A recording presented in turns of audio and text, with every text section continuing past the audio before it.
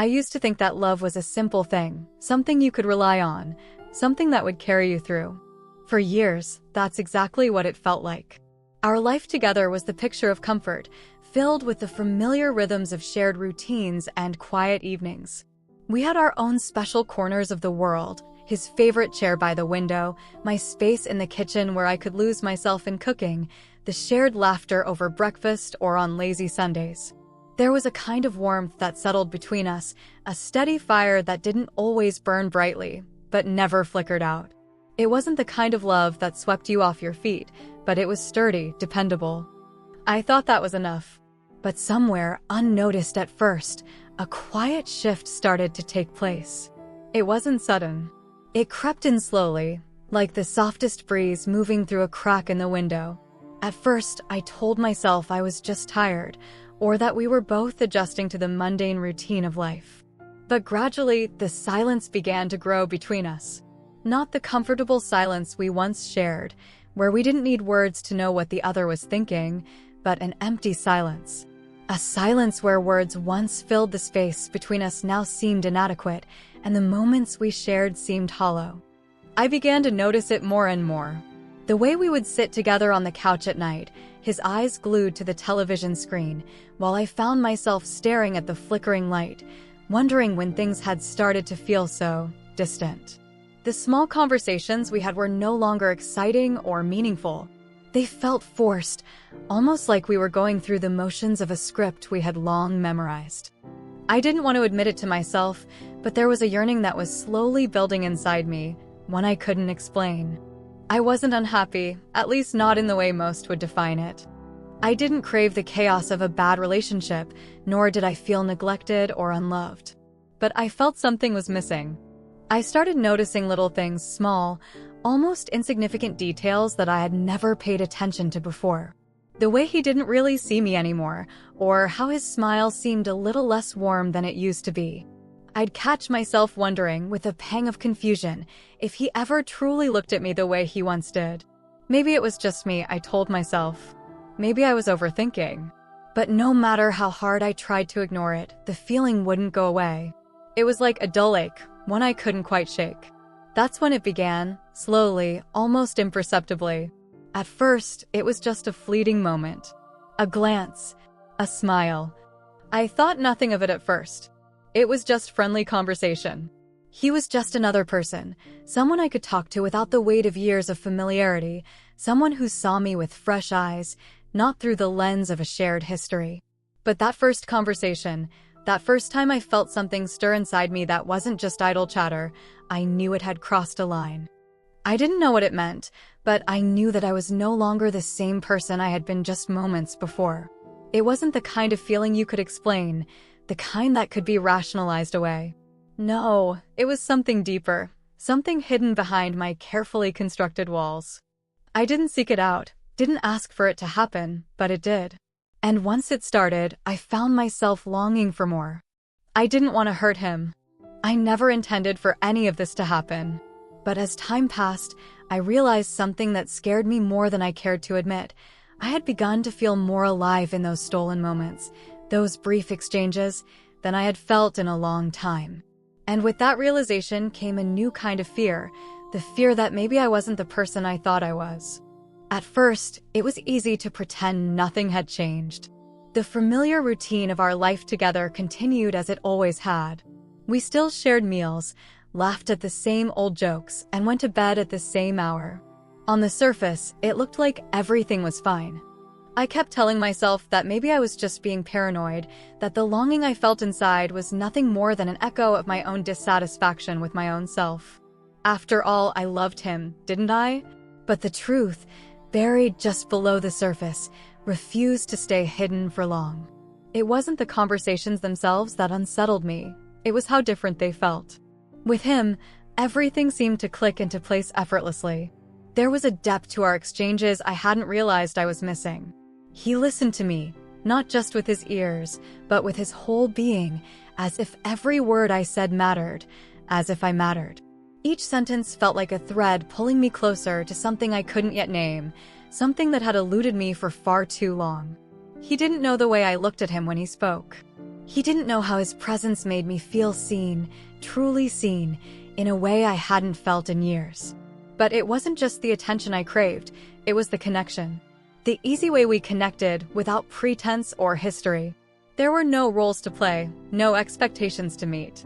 He saw me as I was, and in turn, I began to see myself in a new light. I started to look forward to those conversations more than I ever should have. They became my escape from the quiet frustration building inside me. The late nights when he and I talked long after the world outside had quieted, or those stolen moments when we shared something so simple yet profound, a laugh, a glance, that made me feel as though I had found something I didn't know I was missing. And all the while, I grew more and more aware of the distance between me and my husband. The emptiness that had crept into our marriage now seemed impossible to ignore. It was a low hum in the background of everything I did, a subtle discomfort that gnawed at the edges of my thoughts. I started to wonder, had we been living in parallel lives all along? How had I not noticed how far apart we had drifted? We tried to fill the void between us, of course. We went out to dinner, took weekend trips to places we used to love, but it never seemed to erase the distance. We'd share moments together, but it always felt like something was missing. Something unspoken, unacknowledged, like a secret between us both that neither of us wanted to face. The spark we once had was now a distant memory, something that had been lost along the way. I felt guilty, of course. But guilt didn't quite describe it. I wasn't ready to face the fact that I was changing, and that I was allowing myself to become someone unrecognizable. It was easier to tell myself that I was simply unhappy, that the affair I was unknowingly starting wasn't real. But even as I told myself that, I knew deep down it wasn't true. And yet, I didn't stop. Each moment with him, each smile, each conversation, felt like an anchor pulling me deeper into a current I couldn't escape. I told myself I wouldn't cross any boundaries, that this was just a harmless distraction, but I knew better. The line between friendship and something else was already blurring. What had started as a need for attention, for affirmation, now felt like a lifeline. Each time we spoke, I could feel myself slipping away from the life I had built, as if a part of me was choosing him over everything else I'd known. I never meant for any of this to happen. But as the days went on, I couldn't ignore the truth any longer. I was changing. And in the process, I was leaving behind the life I had once been so certain of. One night, after a particularly long and honest conversation, I found myself standing in the hallway of our house, looking at him, my husband, sleeping soundly in our bed. The silence between us, even in the quiet of the night, seemed suffocating now. I didn't know when the gap had grown so wide, but I could feel it. It stretched between us, heavier than any unspoken word. And yet, the pull to him, the one I had tried to ignore, was there, gnawing at me in the quiet of my heart. I didn't know what to do. I didn't know how to handle the growing storm inside me. How could I continue living this lie? How could I look him in the eyes and pretend everything was the same when it was so clearly not? In those moments of uncertainty, I realized how far gone I already was. I had drifted so far from the woman I used to be, from the wife I used to be. And with every step I took deeper into the unknown, I couldn't help but wonder if there was any way back. But I also knew, with a painful clarity, that I had already crossed a line. And that once you cross a line, there's no going back. The guilt never truly left me.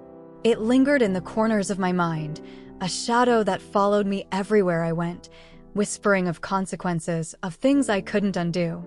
And yet, despite the weight of it, I found myself unable to stop. I could feel myself being pulled into something I knew was wrong, something that had the potential to destroy everything I had. But each time I told myself to walk away, something inside me would rebel. Something in me wanted this. It wasn't just the connection with him, it was the feeling of being alive, of being wanted, of being seen in a way I hadn't felt in so long. The more we spoke, the more we shared, the more I began to realize how far I had fallen. The longing in my chest seemed to grow, an ache that wouldn't go away. Every conversation with him became an event I looked forward to.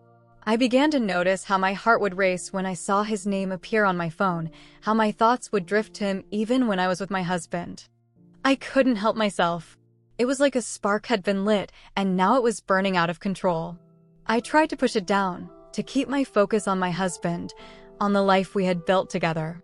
But there were nights when I lay awake beside him, feeling the heat of his body, and all I could think of was the way he made me feel alive, in a way that had been foreign to me for years. It was as if I had forgotten what it felt like to be desired, to be wanted for more than just the role I had been playing for so long. But the more I wanted it, the more I felt the disconnect between us. The quiet nights, the small gestures that had once meant something, now felt hollow. He would kiss me on the cheek when he left for work, a quick touch on the shoulder as he passed by. I knew it was met with love, but it felt like a routine, a mere formality. And the worst part was that I couldn't tell him. I couldn't tell him that I felt like a stranger in my own life. That the woman he had married was slipping away, replaced by someone who didn't know who she was anymore. How could I confess that I had already started to feel more for someone else? How could I explain that a part of me was already gone, long before the first glance was exchanged? So I kept it hidden, locked inside me like a secret I couldn't share. I smiled at him, I laughed with him, but each smile, each laugh, felt more like an act. I wasn't pretending to love him, I loved him in my own way.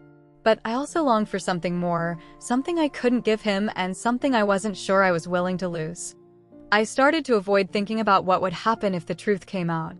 I avoided thinking about the consequences because the weight of them felt too much to bear. If he found out, if he knew how I felt, how would I look at him? How would he look at me? Would he ever be able to forgive me? Would I even be able to forgive myself? The more I thought about it, the less I knew what to do. My mind was a whirlwind of emotions, of conflicting desires. In the silence of our home, I felt more alone than I had ever felt before. The temptation to step further into this forbidden space became stronger, harder to resist. There were days when I told myself that I would end it, that I would pull away, that I would go back to the woman I once was, the wife he deserved. But each time I thought about it, I felt a deep, aching sadness. As if doing so would be giving up on something I wasn't ready to let go of. And yet, every time I was with him, I could feel myself slipping further away from the life I knew. The pull of his presence, the depth of our connection, became a force I didn't know how to fight. The moments between us grew longer, more frequent. The touch of his hand, the look in his eyes, the way his voice seemed to wrap around me, it was all so intoxicating, so alluring, that I couldn't seem to break free. I had become addicted to it, to him, to this new life that felt so much more vibrant than the one I had with my husband. But then the doubt began to creep in. What was I doing? Was this truly worth it? Was I willing to risk everything for something that wasn't even real? And the more I thought about it, the more I realized I had become lost in the illusion. The man I had fallen for, the man who made me feel alive again, wasn't real. He was a fantasy, a spark of something I had been missing, but nothing more. And yet, as I sat there, looking at my husband, I knew there was no turning back. I had already crossed a line I couldn't uncross, and I was drowning in the weight of my own choices. I didn't know what to do anymore. I didn't know how to fix this. And I didn't know if I even wanted to. The days stretched on, each one blurring into the next, like a fading dream I couldn't wake up from. Every morning I woke up beside him, the man I had shared my life with for years, and every evening I went to bed with the nagging feeling that I wasn't truly there. The nights were the hardest, the quiet, dark spaces where my thoughts became impossible to ignore, where the weight of what I had done hung heavy in the air. The lies, even the small ones, stacked up, and I wondered if there was any way to untangle the mess I had woven. I had begun to feel as though I was living two separate lives, both of them incomplete. With him, the other man, there was a spark I couldn't explain, a fire that made me feel alive in ways I hadn't in so long. But with my husband, there was a deep, abiding connection, the kind built over years of shared history, struggles, and joy. There was no denying the love I had for him, but I couldn't ignore the fact that something had shifted. I had shifted, and that terrified me.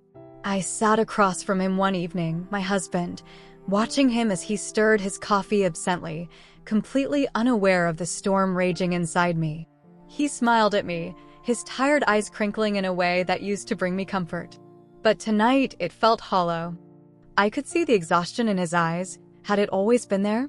Or was it just my perception of him that had changed? How long had it been since I truly saw him? Really saw him?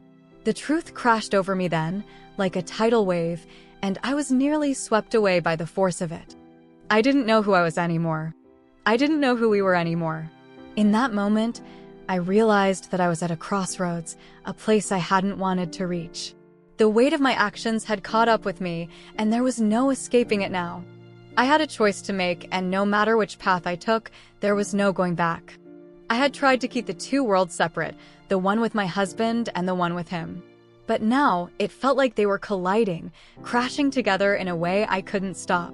Every smile I gave my husband, every word I spoke to him, felt tainted by the secret I was carrying. I wasn't sure if it was the guilt or the longing that hurt more, but I felt it in my chest, in my gut, like a physical ache. I couldn't live like this forever.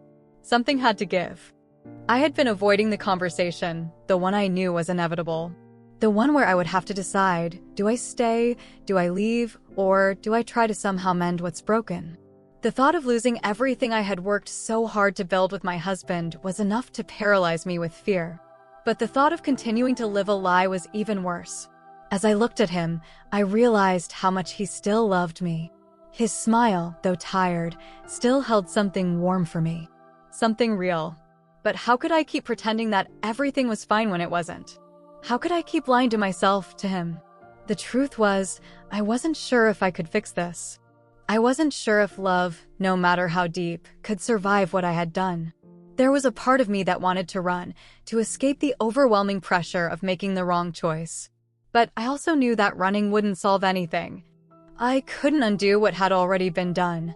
The betrayal had already taken root, and no amount of regret could erase that. But could forgiveness be enough to heal the wounds I had caused? Could love, in its rawest form, withstand the weight of my actions? I didn't know the answer. I didn't know if I could fix this. But I knew that something had to change. And no matter how much I longed for the comfort of the familiar, the safety of the life I had known, I knew that the choice I made now would shape the rest of my life. As I sat there, staring into the coffee cup in front of me, I realized I wasn't just at a crossroads between two men. I was at a crossroads with myself. I had to decide who I wanted to be, who I could be, and whether I was willing to face the consequences of that choice, no matter how painful it would be. I stood up slowly, the weight of the decision pressing down on me. I didn't know what I was going to do. I didn't know if I could face him, my husband, with the truth. But one thing was certain. I couldn't keep living in this state of uncertainty. It was time to face what I had done and the woman I had become. The decision loomed over me like a storm cloud, heavy and oppressive, refusing to break until it was ready.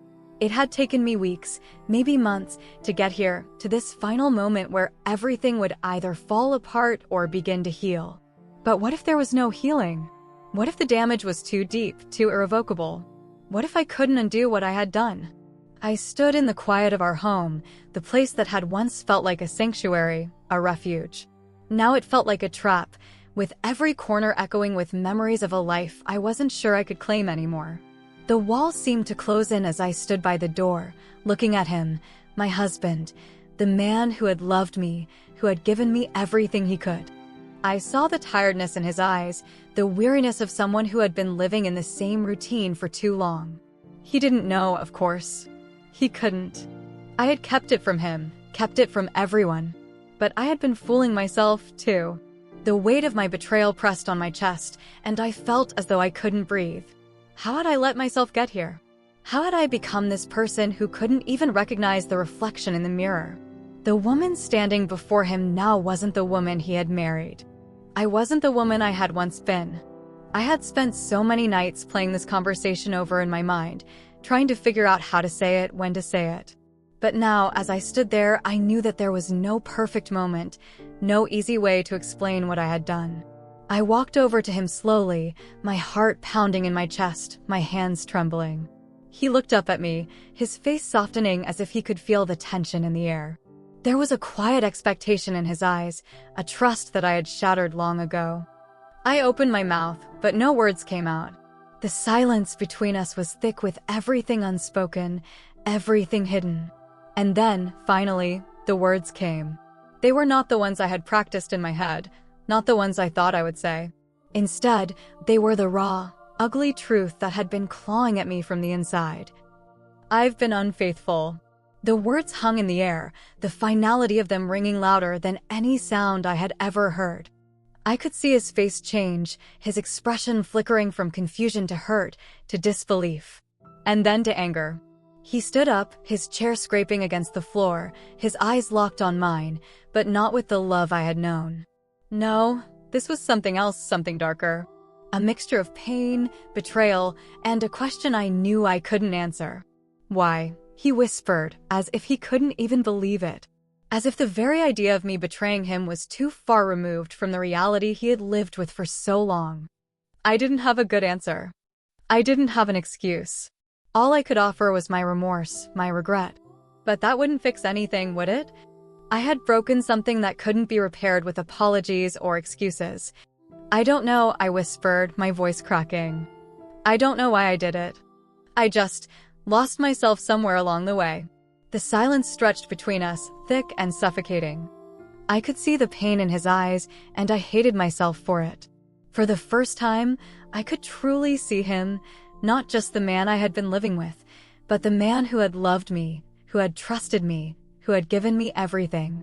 And I had thrown it all away for something that was never real, something I had built up in my mind, an illusion of something I thought I needed. I thought you were my everything, he said, his voice shaking, his hands clenched by his sides. But I was wrong. You're not the person I thought you were. The words stung, deeper than anything I had felt before.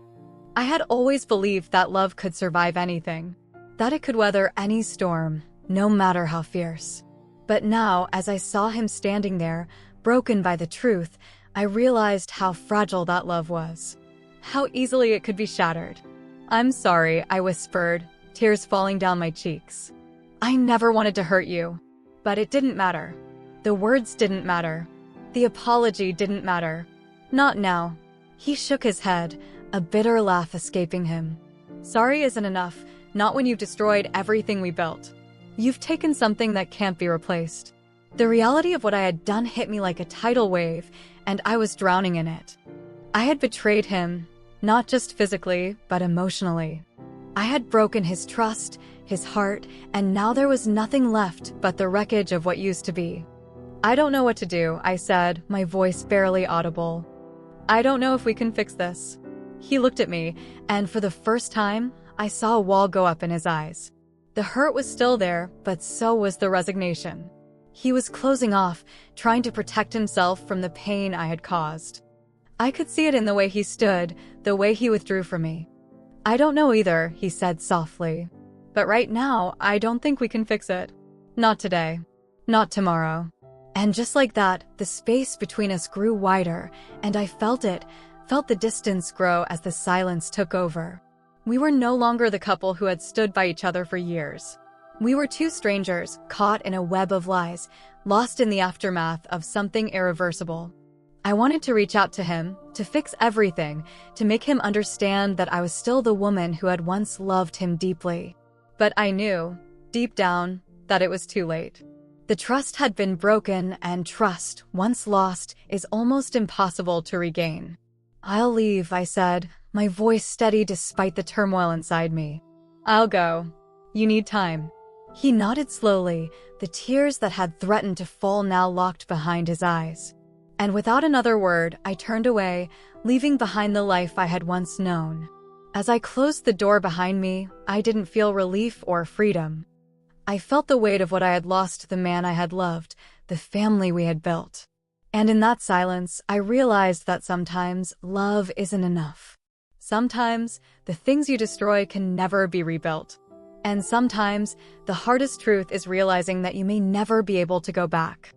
I've been through this. I know the pain, the confusion, and the guilt that comes with betrayal.